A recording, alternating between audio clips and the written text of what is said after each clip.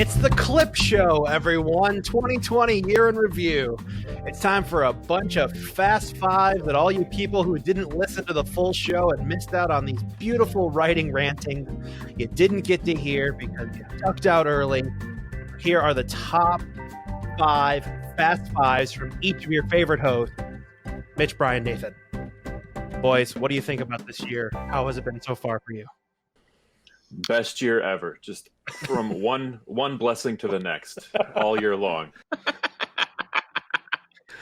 Both for myself personally and for our country as a whole. I've had a lot of experiences this year. Some squishy, some kind of prickly, but most of the time with Über Cinco, it's been goddamn smooth. And so I'm thankful for that. And I'm ready for 20 to 21 to just charge forward and bring us more blessings. So here it's all glory to God, right? All glory to the God of Ubers. All glory to the guy who or lady or thing that created 5. So that's it for me. Honestly, I'll say this: Über Cinco saved my life during quarantine.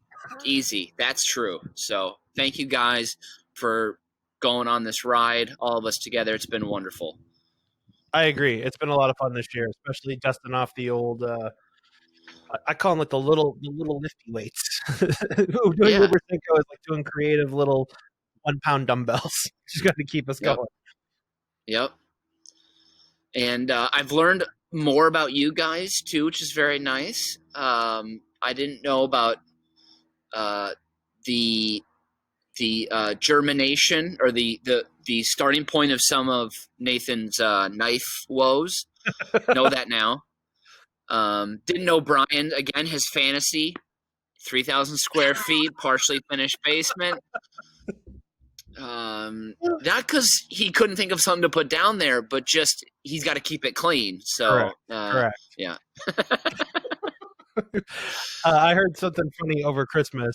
My sister said something about like, Dad, are you getting emotional like listening to this or watching this on TV? He's like, I get emotional listening to Über Cinco. Just leave me alone.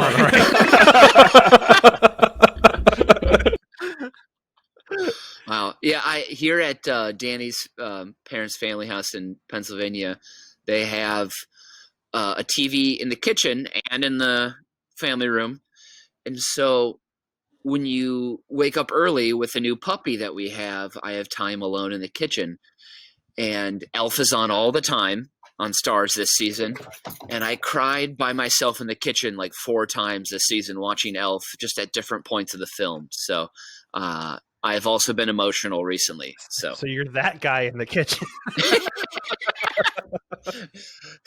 They come in, they catch me drinking coffee and eating cookies, just like and I have to promise them it's not like a food related issue, it's an Elf related issue. So they're gonna come in and think like the dog died on your watch.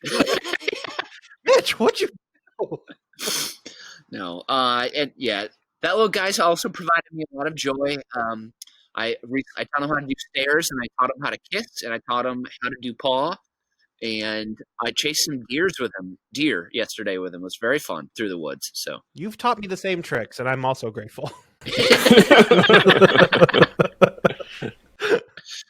Oh, well, hey, now, what's the difference for you guys from when we started this thing? Different. Brain-wise. I feel like I got something to look forward to every week now, which is kind of nice. It's always just like, hey, no matter what, get together with my pals, and even if it's not a good show, we're still going to have fun. So. Wait, did we do shows that were substandard? I don't remember that. Not by our measure. Everything we do is gold. Well, for me, it's been cool picking up more listeners as we've rolled along, hearing some nice things from the folks out there who've been jumping on the bandwagon, and tell your friends, smash that like button. We'd like to see a few more new faces in 2021, build on all the fun we had this year in 2020. Hardy Wom. That hearty wom, and especially if you get back to work and you don't have time for podcasts anymore, you make sure to keep us in your life. Yep. You have to. That's what the WOM's for. Damn it. Yeah. People are sick of hearing about modern us. I say we give them past us and have them enjoy this, the best of the Fast Fives, an Über Cinco Clip Show. And now moving right along, because the host gets to have a little fun too, of course. I will give you my top 5 list, my Fast 5. And I have to apologize because earlier I made a mistake. I misread the copy. It's not top 5 ways to live for Christ's sake. It's top 5 ways to live for Christ's sake. And I totally, that's my bad. So here we go. Number 5. When you're laying down your head to rest at night, leave a liter mason jar stuffed with ice, a lime wedge, and whatever water that fits. In the morning, you got a guzzle bucket ready to tell your body you're serious about today. Number 4. When alone, sprint most places. You'll be thanking your hamstrings and glutes next time you catch a glimpse of yourself from behind in the mirror. All right. Number 3. When you hang up from a phone call with your mother, immediately schedule another in your calendar app and send an invite to her Hotmail account. That'll signal to her you're serious about maintaining the relationship. Number 2. Buy gold, right? Obviously. But actually, don't stop there. Buy other metals too. Estate sales are an excellent source for silver. And number 1, Fast Fives on top 5 ways to live, for Christ's sake. If you still can, attend an Ivy League university and keep on track for graduating magna cum laude while maintaining a leadership post in one of the top 5 student organizations on campus. Then when you're a semester or 2 from finishing, drop out and start a company that'll grow to enjoy a multi-billion-dollar valuation. And that should provide a pretty nice living. Thank you very much. That's the Fast 5 top 5 ways to live, for Christ's sake. I need to know, Mitch. Sure. Where's the last place you sprinted while you were on your own? It's just up and down the block for good exercise here. Wayne Avenue here in Chicago on the north side. So. I also noticed you didn't mention his myrrh as one of the things you need to collect to invest in. That is true. If you know what myrrh is and you understand the value, go for it. But I just can't get a handle on that market myself. So. Apple products that didn't make it past R&D. Starting with number 5 is the Apple Highlight. Before the iPad Pro and the Apple Pencil, and well before even there was an iPad, there was the Apple Highlight. This device was magical as they shrunk a scanner into the size of a highlighter, making it easy for students to run the device over some text and have it appear in their word processor. Things went horribly wrong, though, when they couldn't get it to stop translating basic words into racial slurs.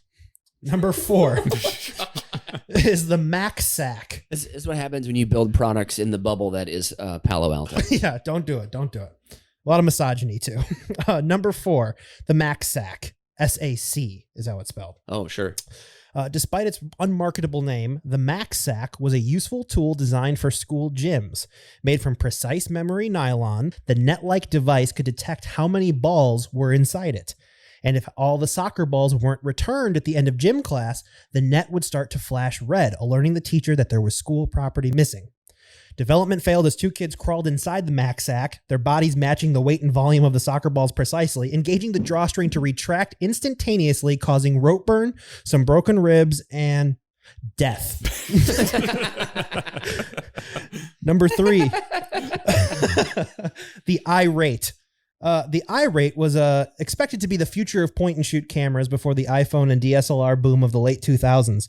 The iRate was a mobile internet camera device and social media platform that allowed users to snap photos and immediately upload them for rating online. The iRate ironically made developers furious when the beta site became clogged with photos of users rating each other's massive dumps. Number 2, the MacBook Amateur. You've all heard of the MacBook and the MacBook Pro, but the MacBook Amateur was meant to be a mid-range device that bridged the price gap of the existing product line. In order to drive the price down, Apple hired amateurettes, as they called them, folks with limited computer assembly experience to run the production line. The tagline, "For amateurs, by amateurs," ensured not a single computer was assembled alike. And of course, there's number 1 Apple product that didn't make it past R&D, the iGotcha. A pilot program where Apple was tasked with creating a chipset for low energy usage and high data output led them to test their creation in a series of nanny cams.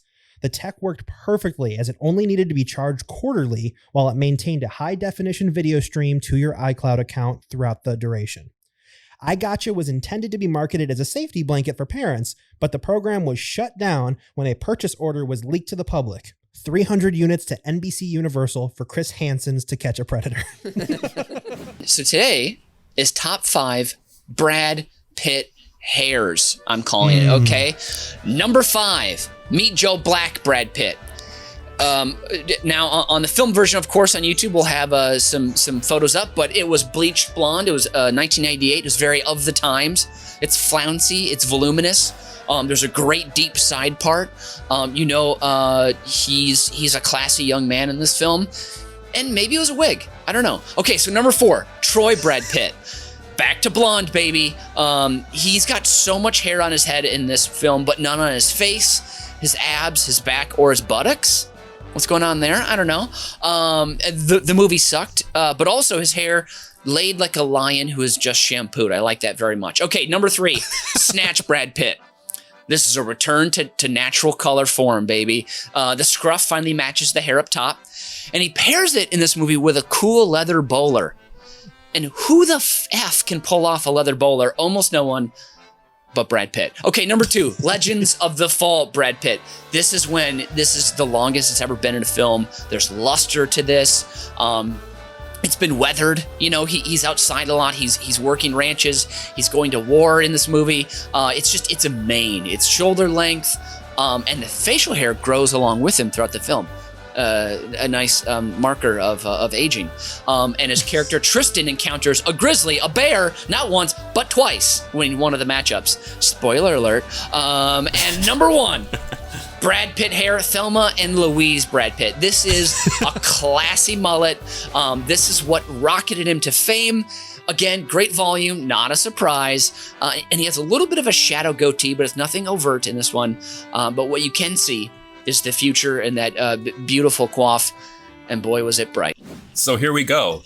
Top 5 movies that were pitched under the title of another movie. Yeah. So these all they found out there was another movie already titled that, so they had to change it last minute. But, okay. So this was an older one. So they came in and they said to the studio heads, like, all right, we're going to shoot this black and white. It's going to be very innovative because we've got this young director and actor named Orson Welles, and it's going to be great. He's going to play this journalism magnate. It's going to chart his entire rise and fall in this tragic story. We're actually going to open on his deathbed, and he's going to say Rosebud. But it's only at the end we realize that Rosebud was a symbol for lost innocence. It was his sled. It was all about his favorite childhood toy. So we're going to call it Toy Story. All right, and number 4. All right, so there's this band from England. They're called Spinal Tap. And so this band Spinal Tap, they're one of the loudest bands in England. That's what they're known for. They're not necessarily good, but they're loud. And they keep breaking up, and there's a lot of infighting and drama, classic rock and roll soap opera. But the guys in this really loud band, Spinal Tap, they're really tight. They have a bond. So they always end up getting back together. We're going to call it Extremely Loud and Incredibly Close. All right. So we've got these 4 guys from Jamaica, and they're really fast. So someone gets the bright idea to have them race in the bobsled in the Winter Olympics. They've never seen snow, but they're so fast. They figure they can make it work, and then they have a lot of infighting along the way. You know, some drama, some tension, and they get mad at each other and make each other angry. And we're going to call it the Fast and the Furious. All right, these last 2 are a stretch. All right, so we're going to do this biopic of the rock band Queen. And so we're going to see their rise to the top of the charts, and we're going to see them jamming a lot. And you know that song Bohemian Rhapsody? It's such a jam, one of the classic jams. And did you know Brian May, their guitarist, has a PhD in astrophysics? one of the world's leading experts on outer space. So we're going to call it Space Jam. I was curious where the fuck you were going to take that one. But honestly, that's good. I like. I'm impressed. A fan. I'm impressed. Yeah. Well, here we go. Number one. Nathan, you are blowing me to the moon right now. All right. Well, here, this last one, they were so confident in this one that they just went straight to pitching the sequel. So they actually did a whole TV series and a first movie, but they pitched the sequel. All right. So it's about these 4 women, and they live in New York City, and they have a lot of sex. All right. But the women, they're all total babes. But they meet all these men, and these men are they're real pigs. They're real swine, just bad behavior. But they still have a lot of sex in New York City with these total babes. So we're going to call it Babe 2, Pig in the City. Failed Taco Bell menu items. Ooh. Number 5. The Chalupa Chonga. Your typical shredded chicken chalupa, which already has a fried pita-like tortilla shell, is lathered in lard, flour, eggs, and of course, Doritos Locos taco shell breadcrumbs before it heads to the fryer for another deep fry. Served in a nacho trough, the Chalupa Chonga was finished off with ground beef coating from the nearest meat hose. It was removed from the menu when breathing in its scent caused heart attacks. Oh my God. That sounds, I would eat that. I would absolutely do that. Me too. That sounds like a Minnesota State Fair delicacy. Absolutely. All right. The number 4, the Alexander Graham Nachos Bel Grande. This failed menu item stemmed from a partnership with Warner Brothers in 1993 marketing campaign for the Sylvester Stallone, Sandra Bullock, Wesley Snipes vehicle Demolition Man. Of course, as we all know, the plot reveals Taco Bell is the winner of the franchise war, standing as the last remaining restaurant chain in 2032. Meant to symbolize the past with the fictional future, the Alexander Graham Nachos Bel Grande was to be history trivia wrapped in film marketing, but was removed from circulation when racist protests rang out in the streets of Americans refusing to learn history from Mexican food. Oh, how far we've come.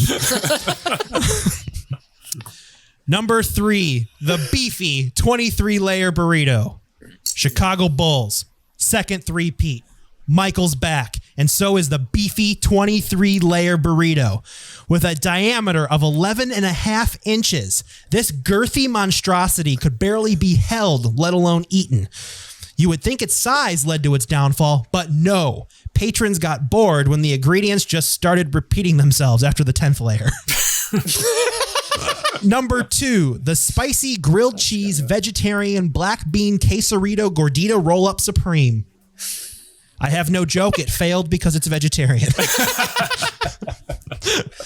And number 1, the triple brunch wrap supreme. Ooh. We start with tortillas milled in an aftermarket Little Caesars dough press, giving us enough surface area to pack in the brunch essentials.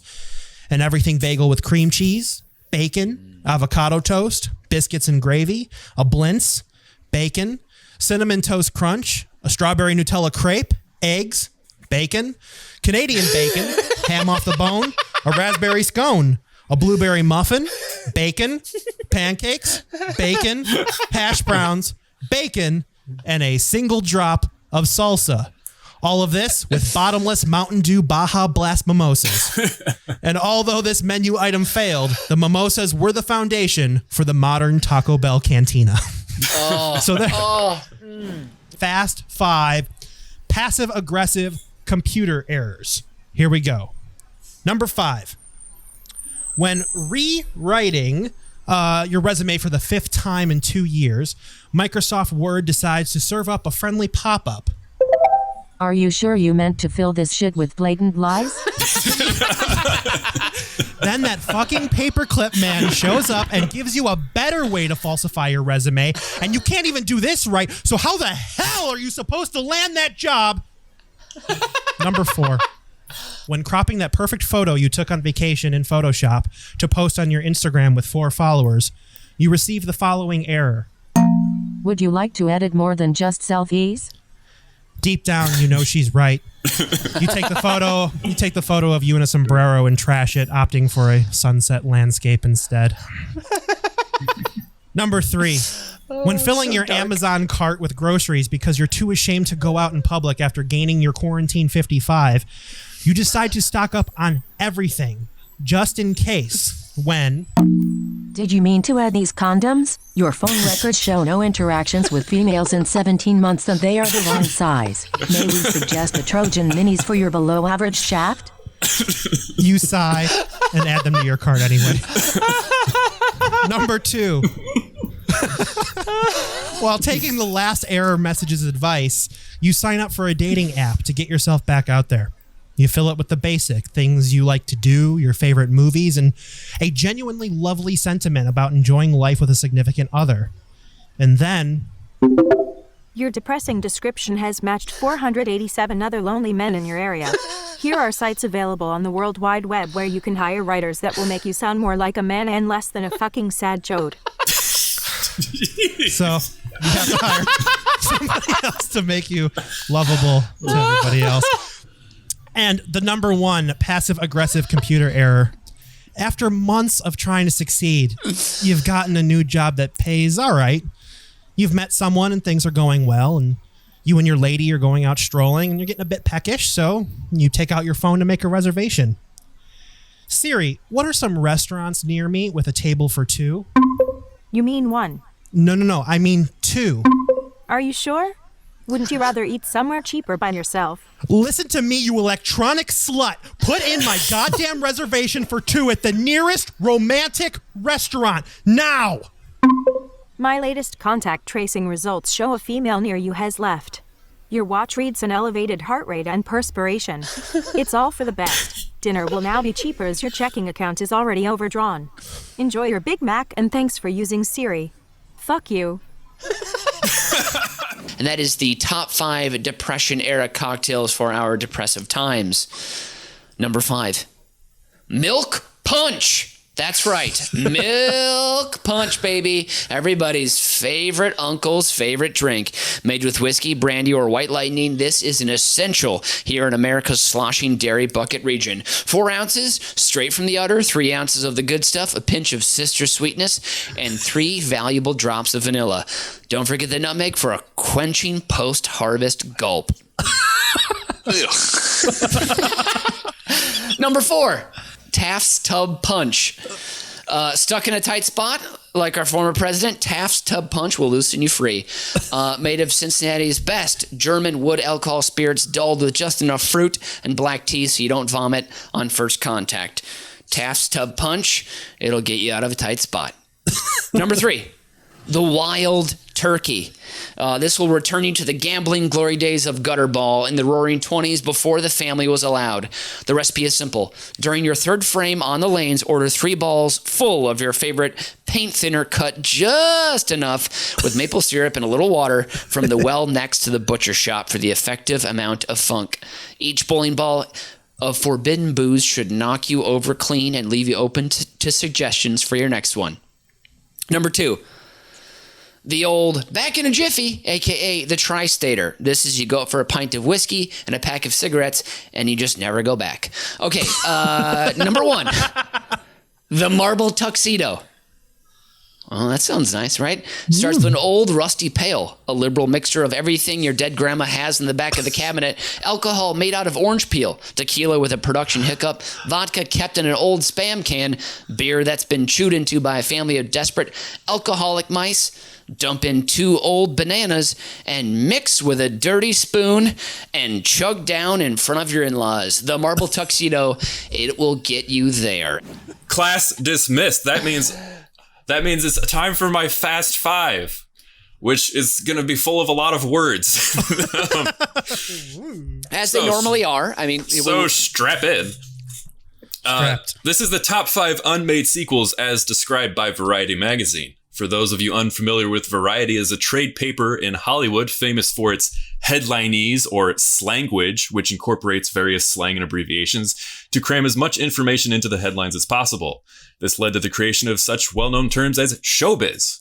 The most famous example came from a story in 1935, which detailed how audiences from rural areas were unsatisfied by the portrayals of rural life in Hollywood films. The headline read, "Sticks Nicks Hick Picks." So, here are 5 unmade sequels to famous film franchises that Variety had summarized, but sadly never had the chance to print. Number 5, Star Wars Episode Whatever. Luke Skywalker has retired to live the quiet life on Tatooine, where he spends most of the time in his kitchen trying to replicate recipes from his favorite TV program, The Great British Bake Off. Imperial espionage units track him down and are able to steal his lightsaber.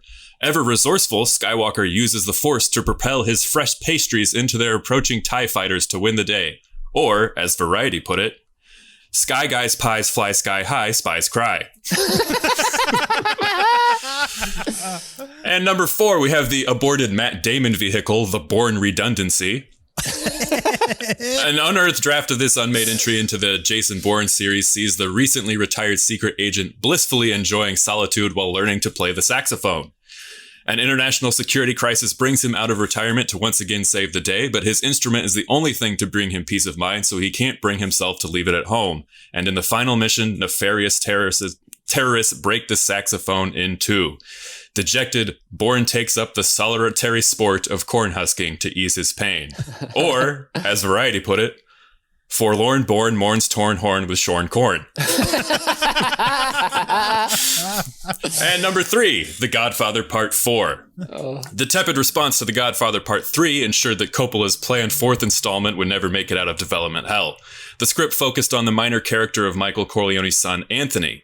With the criminal empire in ruins, he has gone straight with a family pasta business, but without the underhanded tactics of his ancestors, he faces financial ruin and cannot support his young daughter's interest in equestrian show jumping. He turns back to a life of crime and enters the black market of counterfeit PlayStation video game consoles. Or, as Variety put it, "Corleone crony Tony's macaroni is baloney, sells phony Sonys to buy pony." And number 2, Harry Potter number 8. This unmade entry in the series finds a middle-aged Harry who has grown disillusioned with magic and wants to live a simple Spartan life in the Muggle world and pursue his newfound hobby of writing spec scripts for late 1970s American TV shows. Is that it? That's great. I love it. His offspring, Lily, has developed a penchant for raising semi-aquatic mammals. Harry has moved them into a dilapidated house with barely any heat or amenities, and Lily is forbidden to use magic to provide a habitat for her pets. When she breaks the rule, Harry is annoyed, but uses the incident as material for one of his spec episodes. Or, as Variety put it, "Potter's daughter makes water hotter for Otter. Harry Cotter uses fodder for Welcome Back Cotter."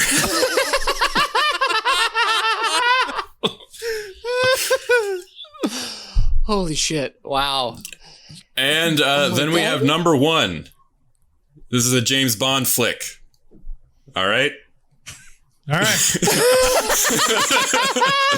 We're ready. Okay. Yeah. Bond attends an international cooking festival and falls in love with the beautiful Canadian chef who wins for her delectable duck confit.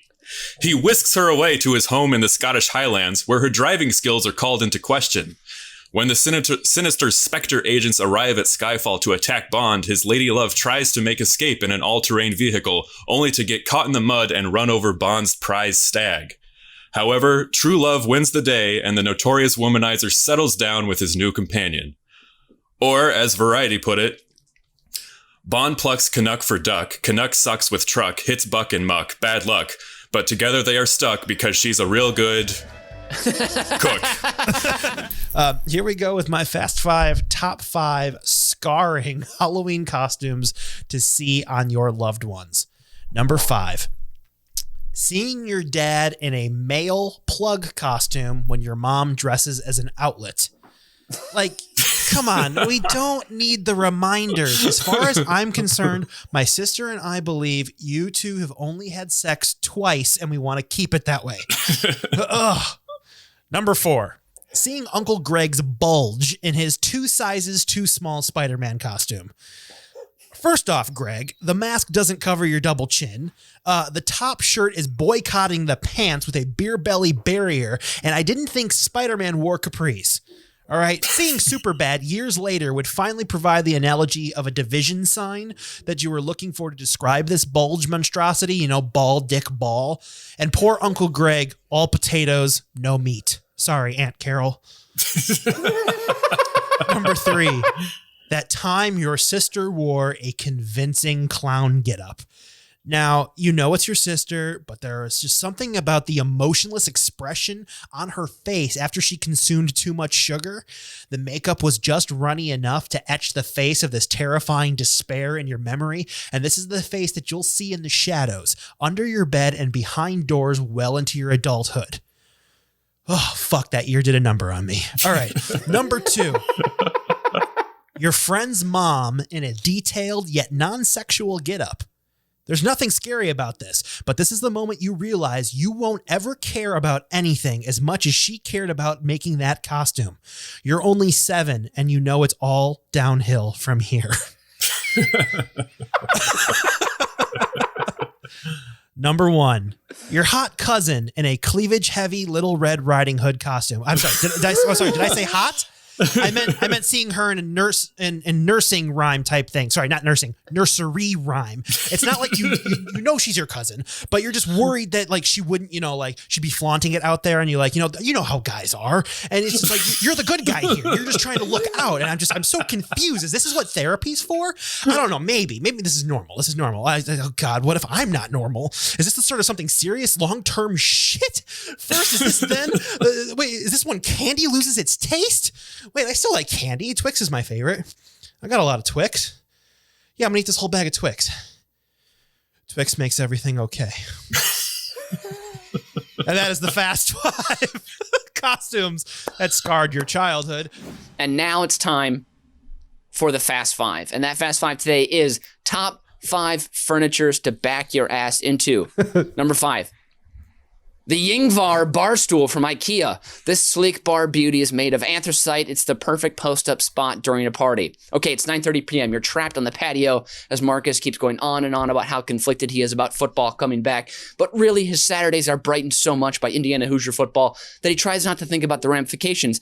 And all your mind is doing is questioning why you chose the superset of lunges you did earlier today in your kitchen as your keister keeps yelping for relief. The Yngvar comes in handy with a 4-foot sturdy base to lean against and massage away that lunge pain. With a half moonular back support as well, you can knead your upper glutes simultaneously.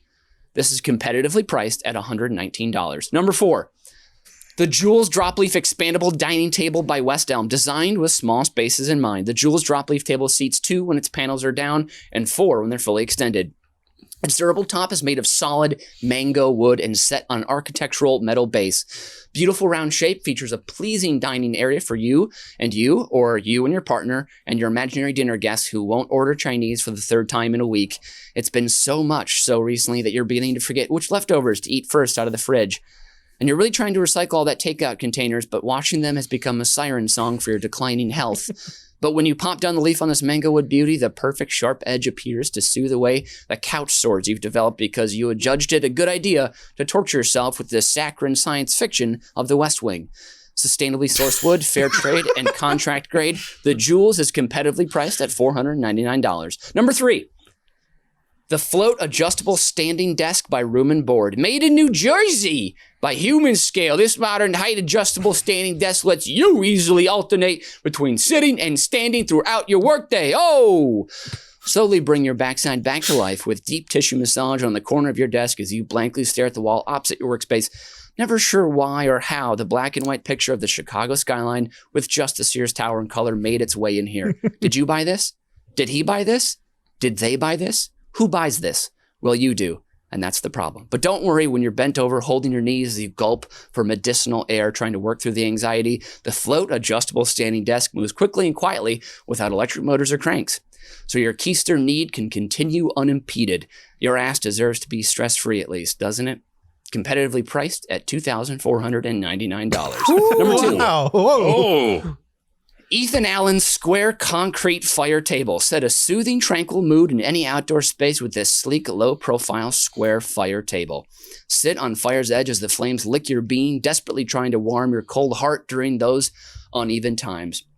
Take advantage of the natural beach stone edge and really get at that knot in your high hammy or lower glute as you turn your back to the flames, silhouetting yourself to hide the tears from your family as they surf Instagram for their next dopamine spike, never staring into the flames, contemplating how immense and very small it all seems right now. The knots are almost gone as you begin to roast a marshmallow over the flames before your 12-year-old tells you that the Ethan Allen square concrete fire table isn't meant for that. On sale and competitively priced at $3,825. And number one on the top 5 furnitures to back your ass into is the Broer utility cart from IKEA. Heavy duty, our way, a sturdy storage system that withstands moisture, dirt, and heavy loads.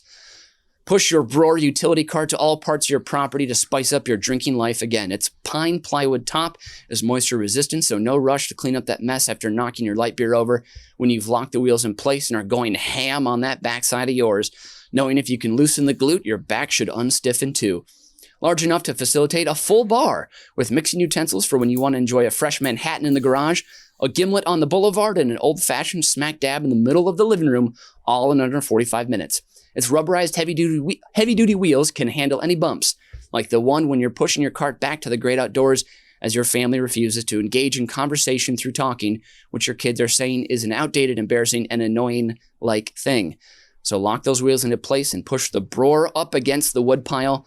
Lean into that derriere sore spot and start your amateur hatchet-throwing career by aiming at the potting table hutch from Wayfair that you just had to have last summer that now only holds spiders and old basketballs. Competitively priced at $99. I have to give you my fast 5 of the top 5 presidential election what-ifs. Elections change the course of history. Now let's look at 5 instances where things might have turned out very differently had the election gone the other way. 1828.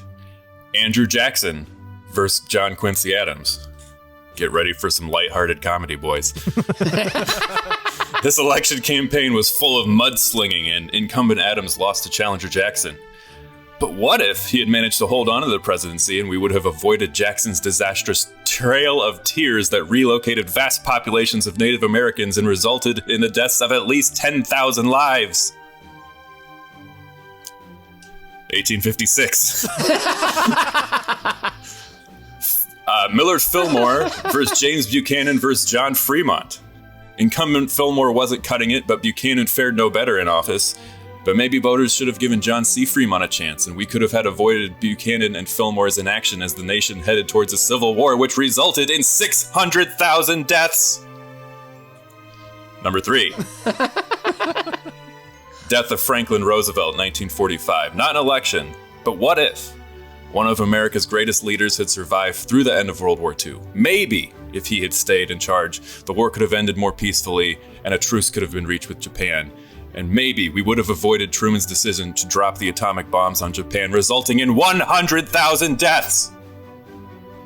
Number 2. 1968, Nixon versus Hubert H. Humphrey.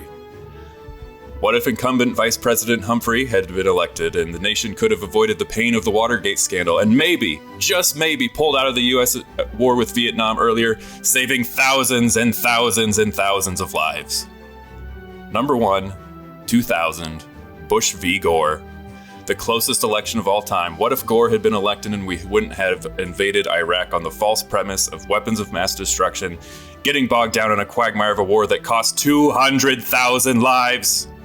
This shit's important, people. Get these goddamn things right. It's life or death. That leaves us with the Fast 5. And that is the top 5 presidential election concession limericks. One of the great pillars of our democracy has always been the peaceful transition of power from one administration to the next, and the seal of trust between the two parties is traditionally sealed by the loser of the election delivering a concession speech, which is required by a little-known clause in the Constitution to be stated in limerick form. And here's not just 5. We have 5 legal limericks and then 1 illegal one that arrived after midnight. But I don't want to deprive you of this, so you're going to get all of them. Number 5. 1992, George Herbert Walker Bush conceding to William Jefferson Clinton. I didn't get 2 terms, just 1. Lost to a man whose morals are none. Now that I'm done, with interns he'll have fun. But in 8 years, you'll be stuck with my son. I'm not missing that applause line. Let's give him some. Yeah, that's great. Bravo. Number 4, 2012, Mitt Romney concedes to Barack Obama. I won Massachusetts, but don't want to live here. Utah's more my state because my skin's clear. Binders full of women. I won't support Yemen. I guess I'll go not drink a beer.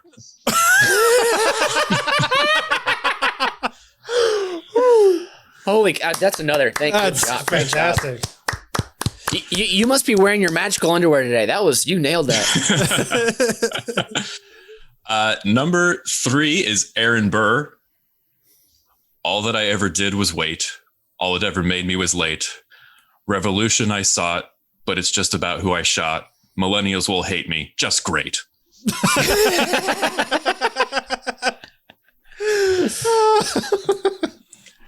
Number 2 from 1860, John C. Breckinridge conceding to Abraham Lincoln. Mr. Lincoln, they say I'm no leader, and in this campaign you were on a real heater. But take my advice, never pay full price to sit in box seats at the theater. That's fortuitous. hot. Don't touch that one. That's another applause for me. This is great.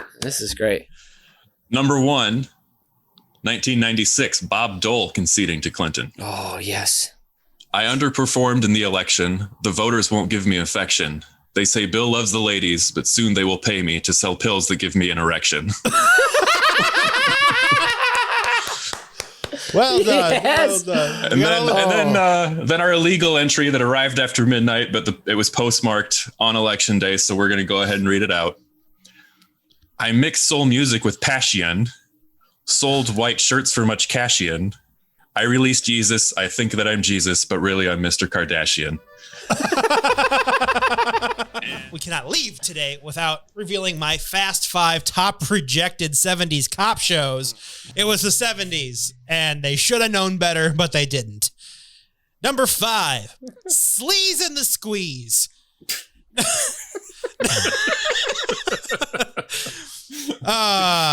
You don't even have to describe it. You can just move on. I like that. Oh, it's like, God, I have to say this now. Oh, shit. So, why did I write this? Oh, crap. Known to the precinct as Mike the Sleaze, a take your wife to work day goes south, as Mike's main squeeze has a better knack for solving crime than her ball and chain. Hitting the street is sleaze and squeeze. Crime ain't got nothing on matrimony. Moving on to number 4.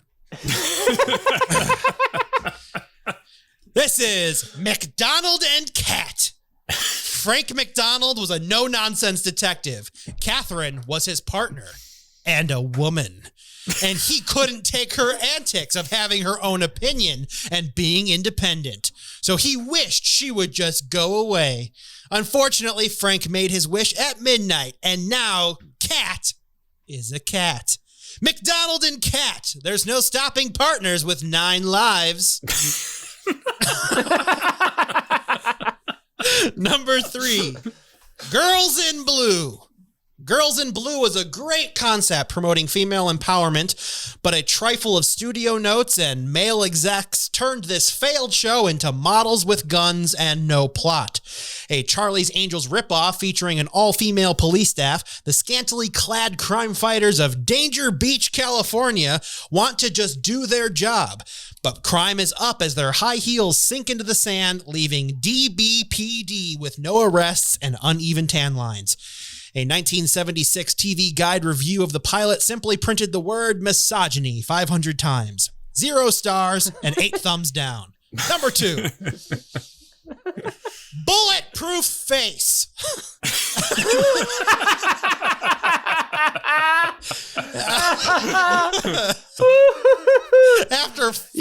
After falling into a vat of steel, superhuman Rip Scarth emerged from the molten material relatively unscathed, but the steel became a part of him, leaving the man with a bulletproof face. This action-packed piece of garbage just showed bullets ricocheting off of Rip's face in every scene. What sounded so cool on paper was an overpriced comic book ripoff based on the back of a cereal box. Number 1. Wow. Fitzgerald and the Slam Piece. Pete Fitzgerald is a Chicago cop. His partner, Mary Winkle, is hot. He wants to bang her, but he's an asshole. So Fitzgerald can't get his slam piece, so instead he slams his piece on the captain's desk and he quits. Fitzgerald and the Slam Piece. A man with a small penis quits the force in the pilot because his female coworker won't sleep with him. Classic 70s. And now, folks, it is time for the Fast Five. Now, this is inspired by the NBA draft that just occurred this past week, where my beloved Timberwolves had the first selection, and they took Anthony Edwards, number 1. So we'll be in the finals within 2 seasons or less, probably. Asterisk, don't hold me to it. But, yeah, hope to God. Here we go.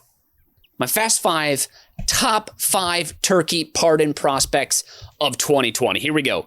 Number 5 is Stefina T. Gobbleman. This bird comes from an impressive line of fowl. Born to Cornell drumstick Gobbleman and Briney Fry Gobbleman, née Flapperstein, in a suburb of Richmond, Virginia. This bird was top of her flock at Rockwell Country Day, where she achieved high marks in plumpness, feathering, and gobble carry. She now works in PR for Martha Stewart Living Magazine. Number 4 on the big board is Flyer Moist III. His grandfather was spared at the Great Pardoning of 2006 by then Commander-in-Chief George W. Bush. He shares a similar fiery temperament to his grandfather, as was on display when Bush attempted to pet his granddaddy.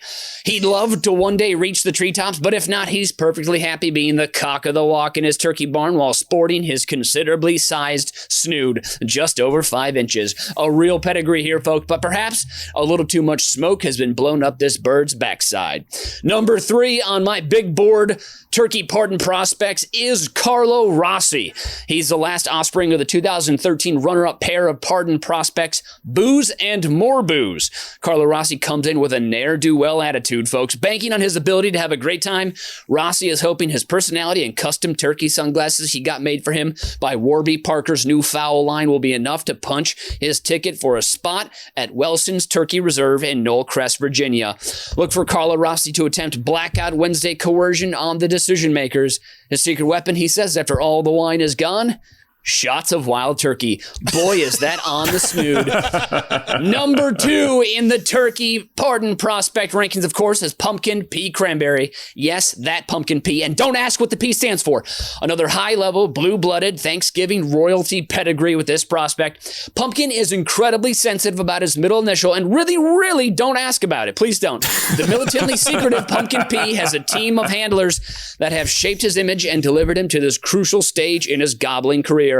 Previously considered just a pop star turkey, Pumpkin Pea, again, do not ask what it stands for. Pumpkin has moved into a more relaxed, retro era with his music and is really trying to blow the turkey stand, if you will, and get out of the crosshairs of the mainstream American public. He's disavowed his 2018 release, Brining and Banging, in a large swing towards a more conservative mindset. This pardon prospect has created a lot of headlines for the public to gobble up. Okay, and number 1 on Mitch Brinkman's big board of turkey pardon prospects is the consensus number 1 pick.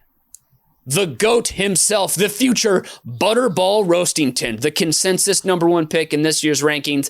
Butterball Roastington, butter to his close toms, was raised deep in the heart of turkey country in Todd County, Minnesota.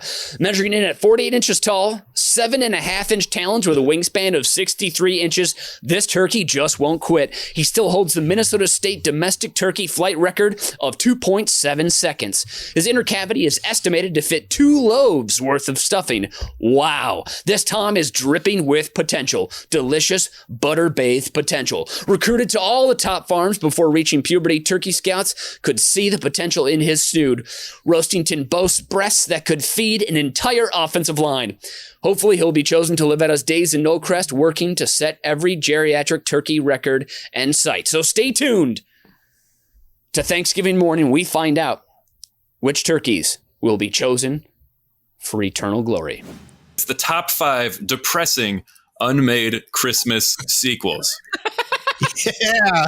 Number 5, Elf 2, The Elfening. Buddy the Elf's success in finding a life away from the North Pole leads to an awakening among the actual elves who understand they are at best low-paid factory workers and more likely indentured servants.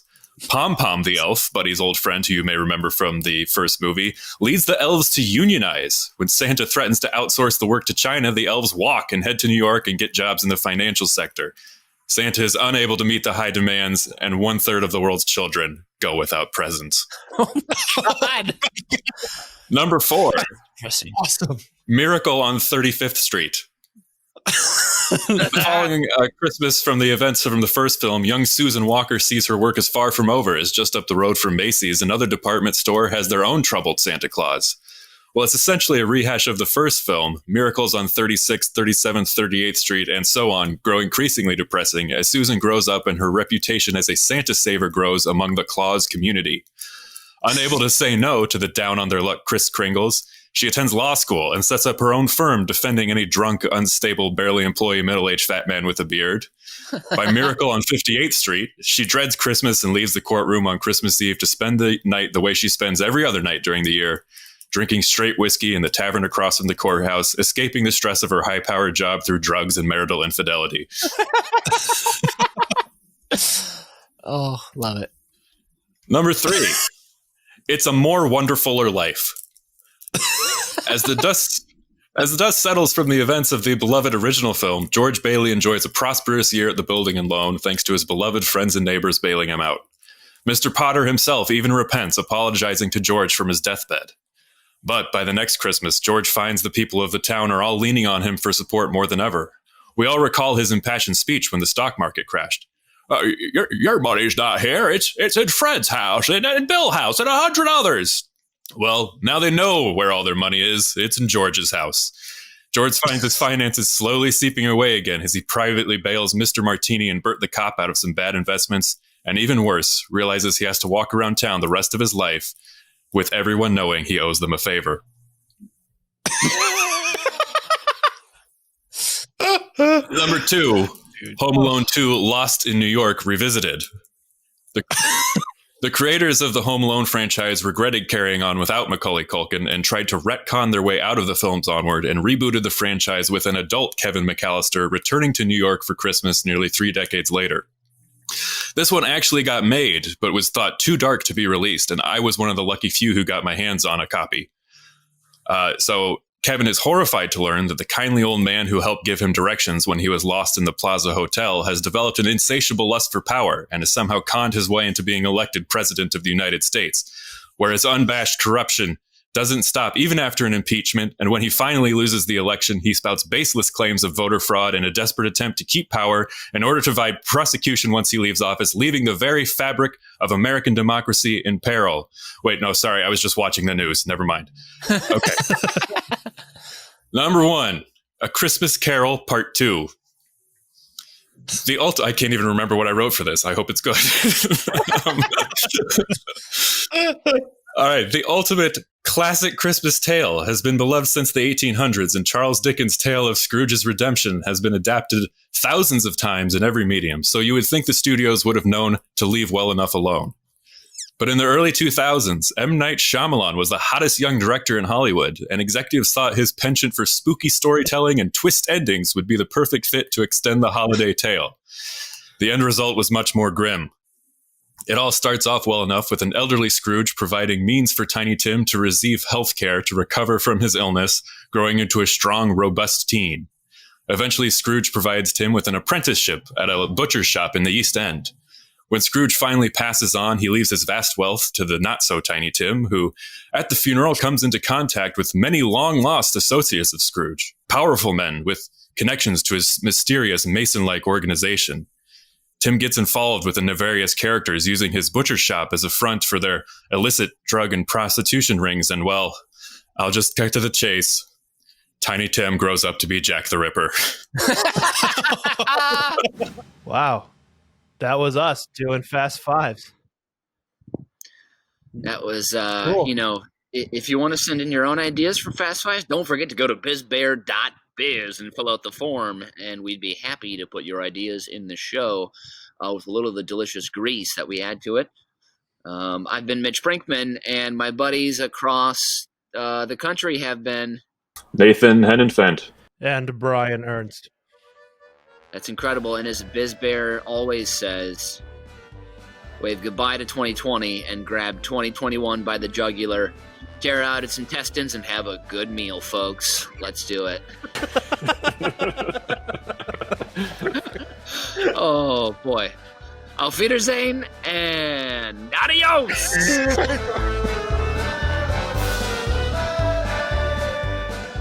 You've just listened to Über Cinco, a production of UBK Studios. Subscribe to the show on Apple Podcasts, Spotify, Stitcher, or wherever you get your fine podcasts from.